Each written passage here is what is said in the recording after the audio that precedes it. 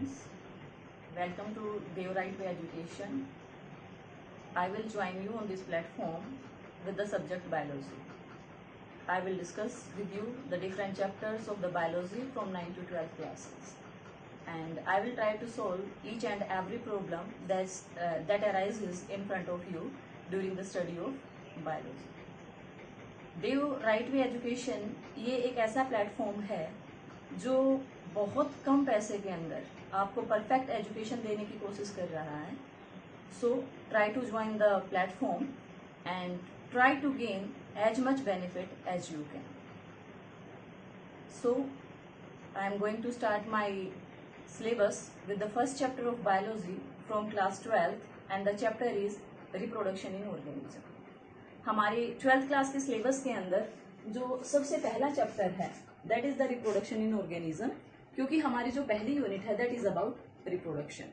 So in this chapter we will discuss about the reproduction, कि what is the process of reproduction, what is the necessity of reproduction and how does the various organisms perform the process of reproduction. So what is the need of reproduction? Yeah, what is reproduction? क्या जरूरत है, क्या reproduction होता है, आज हम इसके बारे में बात करेंगे. Basically we will discuss about the introduction. तो रिप्रोडक्शन की जरूरत क्यों है? देखिए, हमारी अर्थ के ऊपर बहुत सारे लिविंग ऑर्गेनिज्म हैं, लेकिन हम अपने आसपास देखते हैं कि रूटीन लाइफ के अंदर बहुत सारे लिविंग ऑर्गेनिजम्स की डेथ होती है. अब इतने सारे लिविंग ऑर्गेनिज्म जो है वो उनकी डेथ होती है, और डेथ होने के बाद भी जो लिविंग ऑर्गेनिज्म है उनकी पॉपुलेशन बढ़ती रहती है. एज वी टेक एग्जांपल, हम कह रहे हैं कि इंडिया की जो पॉपुलेशन है दैट इज ग्रोइंग. जो पॉपुलेशन है वो इंक्रीज कर रही है, पॉपुलेशन इंक्रीज करती है. Why is this happening? ऐसा क्यों हो रहा है? तो उसके पीछे एक प्रोसेस रिस्पॉन्सिबल है. अब ये प्रोसेस होती क्यों है उसको जानने से पहले हमें एक टर्म का जानना बहुत जरूरी है, and that is life span. Life span. देखो, इस अर्थ के ऊपर हर एक जो ऑर्गेनिज्म है उसकी अपनी एक पर्टिकुलर लाइफ स्पैन है. अब ये लाइफ स्पैन क्या होती है? It is the period from birth to natural death. एक ऑर्गेनिज्म का बर्थ से लेकर नेचुरल डेथ तक का जो पीरियड होता है that is known as life span. हर एक ऑर्गेनिज्म की अपनी एक लाइफ स्पैन है. जब वो लाइफ स्पैन कंप्लीट हो जाती है तो उस ऑर्गेनिज्म की डेथ हो जाती है. तो ये बर्थ से लेकर नेचुरल डेथ तक का जो पीरियड है उसको हम लाइफ स्पैन कह रहे हैं. लेकिन बर्थ से लेकर नेचुरल डेथ तक के पीरियड के अंदर एक जो ऑर्गेनिज्म है वो बहुत सारे फेजेस को क्रॉस करता है. अब बहुत सारे फेजेस की अगर हम बात करते हैं तो सबसे पहले बर्थ होता है. बर्थ के बाद एक फेज आता है that is known as juvenile phase, जिसको हम कॉमनली अपना बचपन बोलते हैं. उसके बाद एक फेज आता है जिसको हम बोलते हैं मैच्योरिटी, और you can say adolescence. Maturity आती है, एडोलोसेंस आती है. मैच्योरिटी के बाद अगला जो फेज आता है दैट इज सेनेसेंस. सेनेसेंस को हम एजिंग भी बोल देते हैं, जिसको हम बोलते हैं बुढ़ापा. और उसके बाद होती है ऑर्गेनिज्म की डेथ. तो ये एक लाइफ साइकिल है ऑर्गेनिज्म की, कि पहले ऑर्गेनिज्म का बर्थ होता है, बर्थ के बाद उसके अंदर जुवेनाइल फेज आता है. जुवेनाइल फेज के अंदर जो ऑर्गेनिज्म है वो रिप्रोडक्टिवली एक्टिव नहीं होता. उसके बाद मैच्योरिटी आती है. मैच्योरिटी वाले फेज के ऊपर ऑर्गेनिज्म जो है वो रिप्रोडक्टिवली एक्टिव होता है. उसके बाद धीरे धीरे करके बॉडी के अंदर जो एक्टिविटीज होती हैं वो स्लो डाउन होना शुरू हो जाती हैं, और एक्टिविटीज स्लो डाउन होने के बाद धीरे धीरे करके वो एक्टिविटीज बंद हो जाती हैं. और जब किसी पर्सन की बॉडी के अंदर मेटाबॉलिक एक्टिविटीज बंद हो जाती हैं then we consider that thing as the natural death of that particular organism. वो उसकी नेचुरल डेथ होती है. तो इसका मतलब कि किसी भी ऑर्गेनिज्म की लाइफ स्पैन को हम तभी कंसीडर करते हैं जब वो ये सारे फेजेस अपने पास कर चुका है. ऐसा नहीं है कि एक बच्चा पैदा हुआ और पैदा होने के 2 साल बाद ही उसकी डेथ हो गई तो वी विल से कि उसकी लाइफ स्पैन ही इतनी थी. नहीं, लाइफ स्पैन जो एवरेज है ह्यूमन बीइंग की दैट इज क्वाइट डिफरेंट. वो डिफरेंट है. वो उसकी जो डेथ हुई है वो एक्सीडेंटली हुई है. तो इसका मतलब अर्थ के ऊपर जितने भी लिविंग ऑर्गेनिज्म हैं each and every organism has its particular life span, और वो लाइफ स्पैन कंप्लीट होने के बाद उसकी हो जाती है डेथ। तो डेथ होने के बाद फिर क्या होता है कि उसकी तो लाइफ खत्म हो चुकी है। अब अगर ऐसे हर एक ऑर्गेनिज्म अपनी लाइफ स्पैन को कंप्लीट करके उसकी डेथ हो जाएगी, तो ऐसे तो अर्थ के ऊपर धीरे धीरे करके लाइफ जो है वो खत्म हो जाएगी। तो अर्थ के ऊपर लाइफ को मेंटेन रखने के लिए, अर्थ के ऊपर लाइफ को कंटिन्यू रखने के लिए there is a process that is known as reproduction. Reproduction एक ऐसी प्रोसेस है जो हमारी इस अर्थ के ऊपर लाइफ को बनाए रखती है। तो लाइफ की जो कंटिन्यूटी है that is only and only due to reproduction. तो रिप्रोडक्शन को जानने से पहले हम थोड़ा सा लाइफ स्पैन को और जानेंगे कि जो लाइफ स्पैन है क्या वो हर एक ऑर्गेनिज्म की एक जैसी होती है, या यहाँ पर जो लाइफ स्पैन है वो ऑर्गेनिजम्स की अलग अलग है। तो एक तो मैं यहाँ पर आपको बता दूं कि ऑर्गेनिजम्स की जो लाइफ स्पैन है वो यहाँ पर 1 डे से लेकर सेवरल ईयर्स तक है, कि यहाँ पर बहुत सारे ऑर्गेनिज्म ऐसे हैं जिनकी लाइफ स्पैन जो है वो 1 डे है, और बहुत सारे ऑर्गेनिज्म ऐसे हैं जिनकी जो लाइफ स्पैन है दैट इज अबाउट 150 ईयर्स। क्योंकि हमने डाइवर्सिटी पढ़ी है 11th क्लास के अंदर, और वहां पर हमने ये जाना है कि अर्थ के ऊपर लिविंग ऑर्गेनिज्म अलग अलग वैरायटी के हैं। तो कुछ ऐसे भी ऑर्गेनिज्म हैं जो केवल एक ही दिन के अंदर अपने सारे फेजेस क्रॉस कर लेते हैं, और एक ही दिन के अंदर पैदा भी होते हैं, उनकी डेथ भी हो जाती है। कुछ ऐसे ऑर्गेनिज्म हैं जिनको अपने लाइफ के सारे फेजेस क्रॉस करने के अंदर लगभग 150 ईयर्स जो है वो लग जाते हैं, उससे ज्यादा भी लग जाते हैं। तो ऐसे कुछ ऑर्गेनिज्म हैं हमारे पास। Let's take some example. कुछ एग्जांपल यहाँ पर हम लेते हैं। जैसे अगर मैं बात करूं यहाँ पर 1 डे की, तो जो मे फ्लाई होती है उसकी जो लाइफ स्पैन होती है दैट इज 1 डे, वो 1 डे होती है। अब उसके बाद अगर मैं कुछ यहाँ पर बर्ड्स की बात करती हूँ तो हमारे पास क्रो है, क्रो, और देखो एक है पैरट। अब यहाँ पर ये दोनों ही बर्ड हैं, क्रो भी बर्ड है और पैरट भी बर्ड है।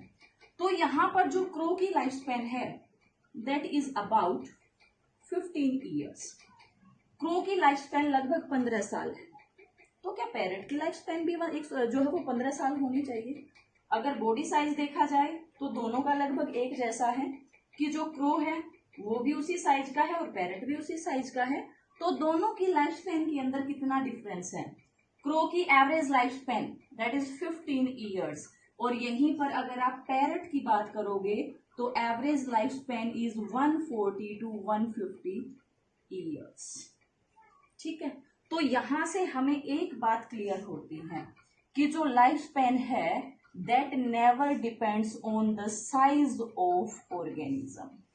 जो लाइफ स्पैन है वो कभी भी ऑर्गेनिज्म के साइज के ऊपर डिपेंड नहीं करती, कि ऑर्गेनिज्म अगर छोटा है तो उसकी लाइफ स्पैन छोटी होगी, और ऑर्गेनिज्म अगर बड़ा है तो उसकी लाइफ स्पैन बड़ी होगी। अगर ऑर्गेनिज्म सेम साइज के हैं तो उनकी लाइफ स्पैन जो है वो सेम होगी, ऐसा बिल्कुल भी नहीं है। You can say that the life span of an organism is independent of the size of the organism. कभी भी ऑर्गेनिज्म की लाइफ स्पैन उसके साइज के ऊपर डिपेंड नहीं करती। Try to answer the average life span of elephant, the average life span of human being. कितनी average life span है? पहले कितनी थी, अब कितनी है? Answer me the thing in comments. ये मुझे आंसर करना आप ये चीजें। सो लाइफ स्पैन के बारे में हमने यहाँ पर जाना कि लाइफ स्पैन क्या है, वो किस तरीके से जो है वो अफेक्ट करती है लाइफ को। Now we will discuss about the term reproduction. चलो, एक ऑर्गेनिज्म ने जो है वो लाइफ पूरी की, लेकिन अपनी लाइफ को कंप्लीट करने से पहले वो यहाँ पर एक बड़ी इंपॉर्टेंट प्रोसेस परफॉर्म करता है, and that important process is reproduction. एक ऑर्गेनिज्म अपनी जिंदगी को पूरी करता, पैदा होने के बाद खत्म होता, उससे पहले उसने एक बड़ा इंपॉर्टेंट काम किया, वो अपनी नेक्स्ट जनरेशन को छोड़कर गया, और उसको छोड़कर जाने से पहले उसने यहाँ पर एक प्रोसेस परफॉर्म की, that is reproduction. So what is reproduction here? If we talk about the term reproduction, then this is the process of formation of young ones, formation of young ones of their own kind.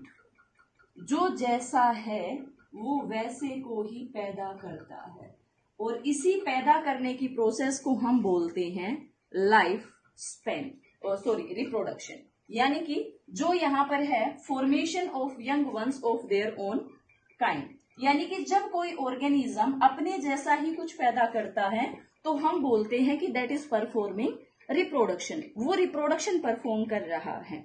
Importance की अगर हम बात करते हैं, what is the importance of reproduction? Importance क्या है? सबसे पहले कंटिन्यूटी ऑफ लाइफ, अर्थ के ऊपर लाइफ की कंटिन्यूटी को बनाए रखने के लिए।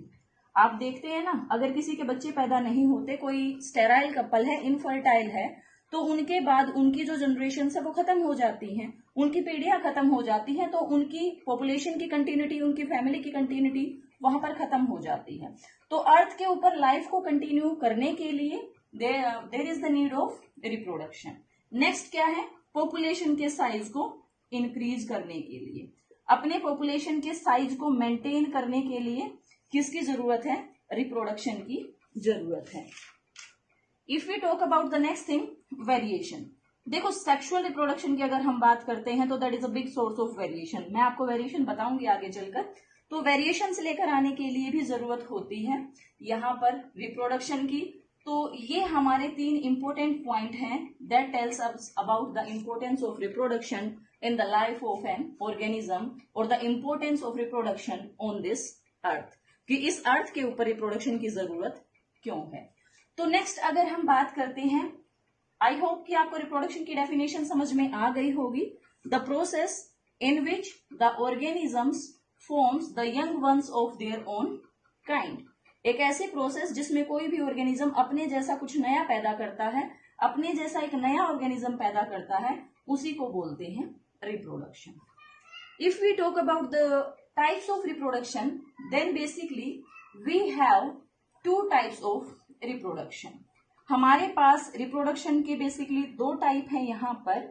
The first type is the sexual reproduction and the second type is the asexual reproduction.